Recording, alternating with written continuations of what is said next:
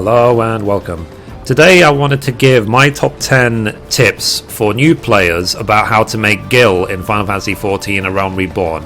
So as a player who's been playing A Realm Reborn since release and have mastered crafting and gathering in the game, have gone through tens of millions of gil in the game, I've learned a whole list of ways of making gil for advanced players, for brand new players, for everyone in between. So this guide is specifically aimed at brand new players who are playing the game for the first time, on their first character, on their first class. So here we go. Now, one of the biggest ways these days to make gil in the game is to sell materia. And a great way to get your hands on materia is to convert it from gear. So what you can do is, at level 19, when you've hit level 19 in your first class, you can come to the central Fanalan, right here, to the bonfire, which is at X23, Y24 in central Fanalan. And obviously these locations will make more sense to you once you've played the game a little bit.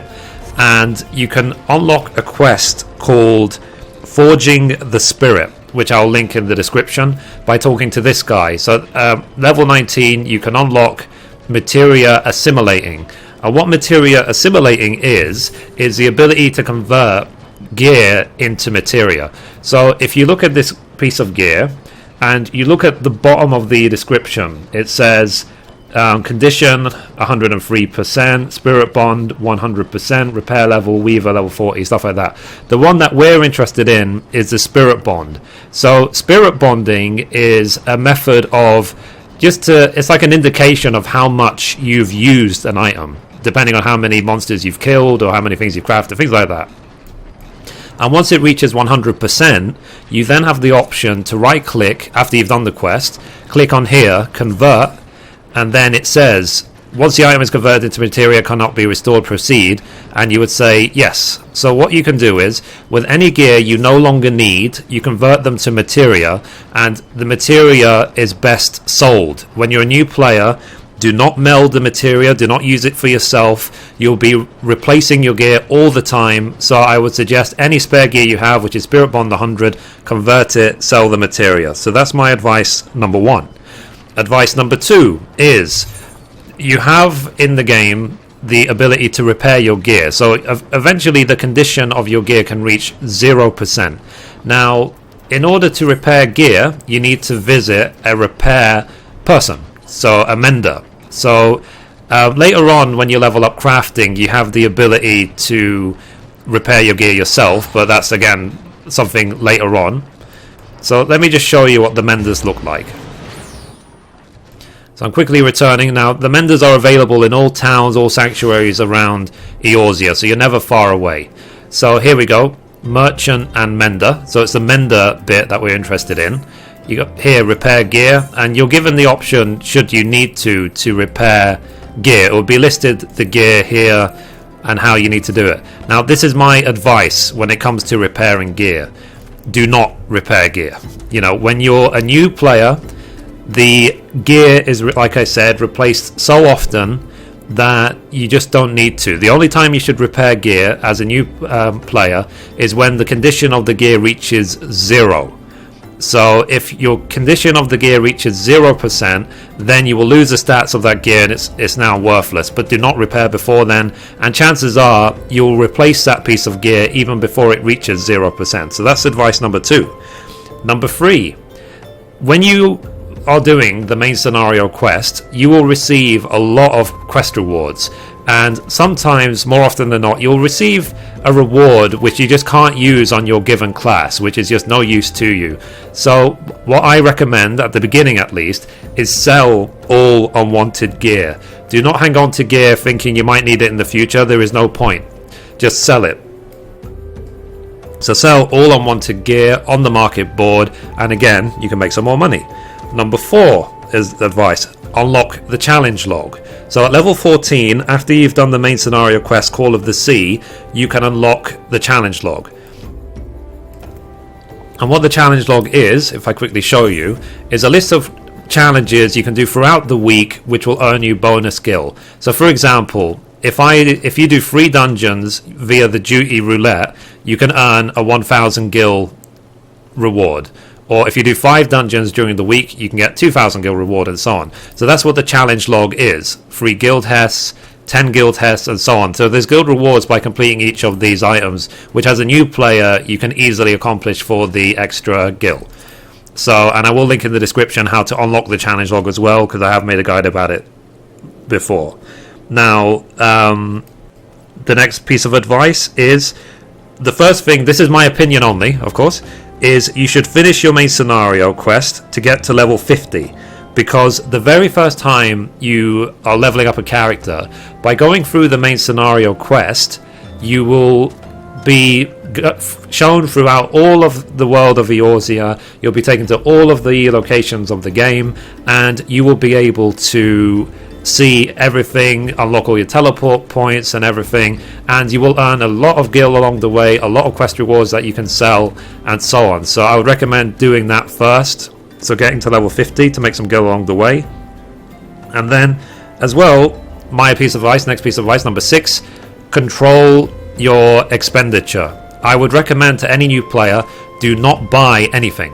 Do not buy anything from the market board. Do not buy anything from vendors. Nothing. You will receive all of the equipment and all of the gear you could ever need by doing the quest line and by doing dungeons. So save every penny that you get at the beginning.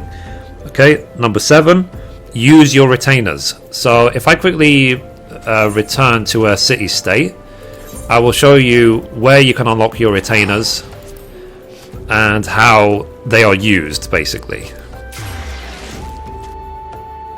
So I'm heading to Gridania, one of the 3 city states. In Eorzea, the 3 city states right now are Gridania, Uldar, and Limsa Lominsa, and it depends on what class you select to what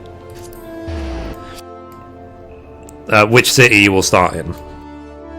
And a retainer is like almost like your personal assistant / bank, except it's a person. It's not just a random feature. So what you do is, in any town, so this is the one in Gridania, you have these next to the main market boards of the town, the retainer vocate. So talking to this person will allow you to hire a retainer. Initially you have 2 retainers available to you, which you can design and use, but you can also in the Mog Station purchase 2 more should you need 4 in the future. And then what you do is you come to any summoning bell and you can summon your retainer. Now the good thing about retainers are they have a lot of bag space.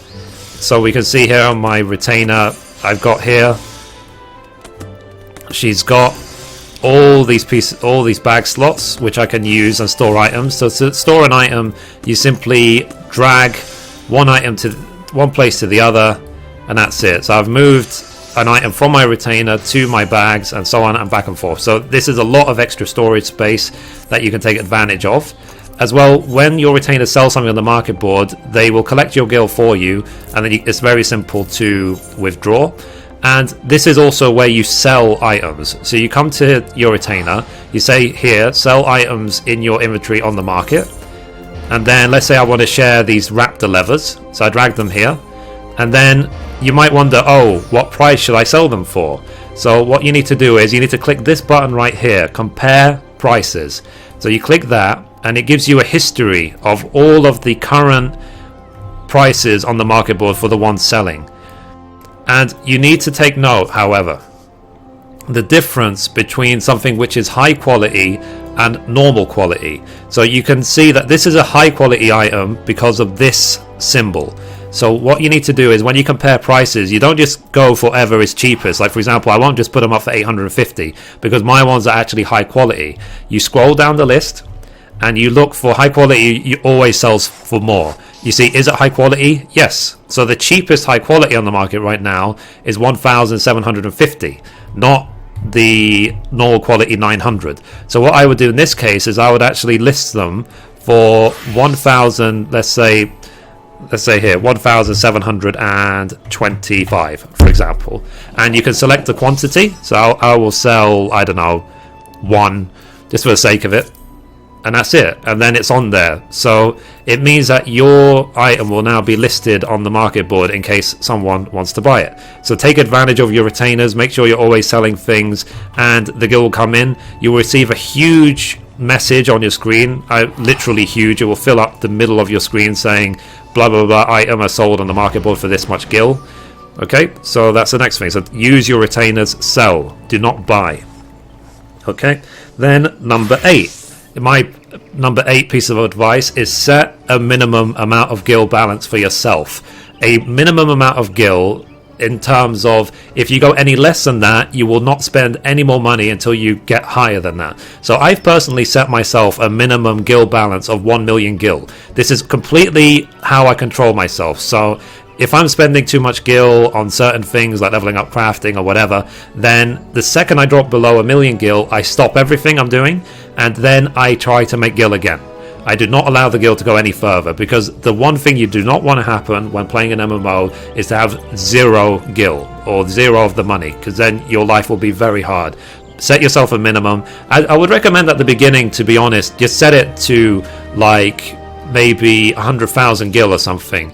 So make sure your first 100,000 gil you do not touch, and then maybe think about maybe spending after that, but try to keep it to a minimum. Okay, my next piece of advice is take advantage every day, and this will help you with leveling, not just with gil farming. Use the low level roulette and the guild hest roulette every day, because you'll get an increased gil reward than you will get from the dungeon normally. And also as well, you'll get a ton of bonus experience points as well. So you can do those once a day, take advantage of them. And at level 50, you get these extra bonuses as well. So for example, if I, as a healer, was to do the low level roulette, I will get a bonus of 7,500 gil, which is a lot. So take advantage of the duty roulettes. You don't need to unlock these. They are naturally there. The low level roulette will unlock automatically when you finish the second dungeon in the game. And the guild hest roulette will unlock again when you've done the second guild hest in the game. And you can start doing guild hests from level 10. So again, I will link in the description how to do that. So, okay. And then my final piece of advice is number 10. And of course, I'm kind of biased about this in case you've seen other videos on my channel. Is once you've hit level 50, made some good gil, established yourself in the game, start your crafting career. Become self-sufficient, level up your crafting. I have more than 75 video guides explaining how to level crafting from level 1 all the way to the maximum level, to the 2-star to 3-star, to really push crafting to the maximum. So become self-sufficient. So the general gist that I will give to the advice I will give to new players is be self-sufficient, do not spend when you don't need to. Anytime you can sell things and make money, do it. So if you need any more help along the way, give me a shout. More than happy to help. Ask people in the game. The people in this game are incredibly friendly compared to other MMOs. They are more than willing to help. And if someone simply just doesn't know, just ask the next person. If you need help, do not be afraid to ask. So anyway guys, that's it for my new player guild guide. I hope you liked it. If you have any other suggestions as well that I can add to the description, please post it in a comment under the video. And as well, I will be making a guide explaining how to prepare for the latest patch, which is coming out in 2 days time. So anyway, thank you for watching, and as always, goodbye from me and goodbye from Mithrie.